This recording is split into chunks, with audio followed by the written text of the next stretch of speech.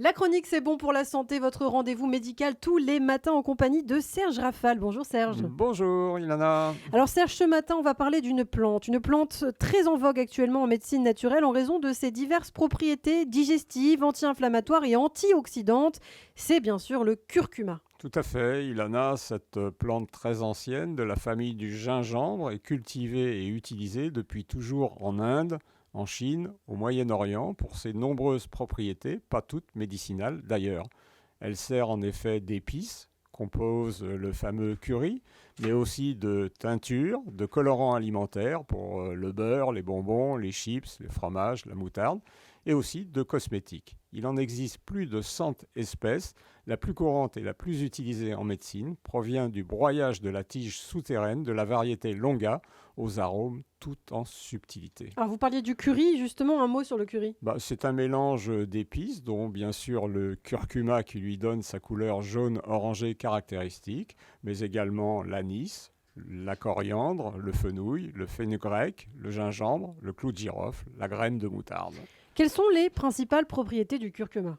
Il est très utilisé par la médecine ayurvédique. Il constitue l'anti-inflammatoire de référence en rhumatologie, efficace contre les douleurs de l'arthrose.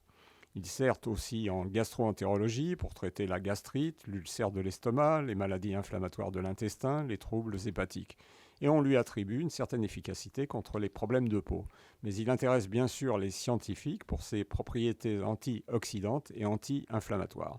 Il pourrait ainsi être utile en prévention du cancer, du diabète de type 2, de l'obésité et des maladies neurodégénératives, dont l'Alzheimer, bien qu'aucune preuve formelle n'ait été apportée pour le moment.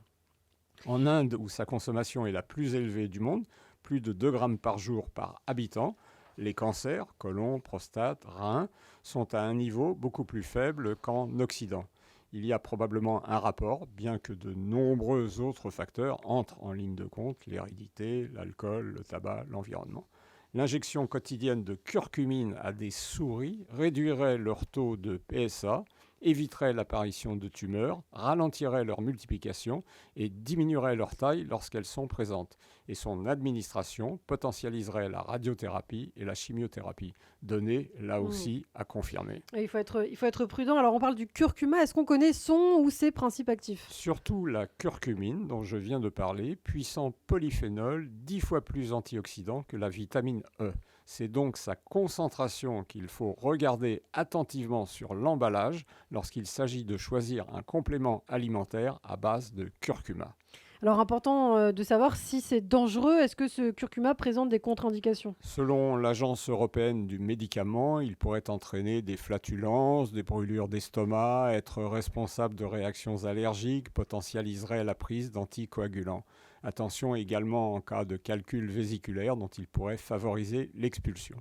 Et par précaution, comme avec beaucoup de plantes ou d'huiles essentielles, prudence voire abstention chez la femme enceinte ou allaitante. Alors comment s'utilise le curcuma ? Alors, le curcuma est vendu sous forme sèche, en le saupoudrant comme n'importe quelle épice, ou fraîche.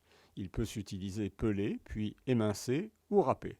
Cette forme, qui favorise l'absorption de la curcumine, est celle que nous préconisons. Il est également possible de le consommer en infusion de rhizome séché, 1 g par tasse de 150 ml, ou frais, 10 g par tasse.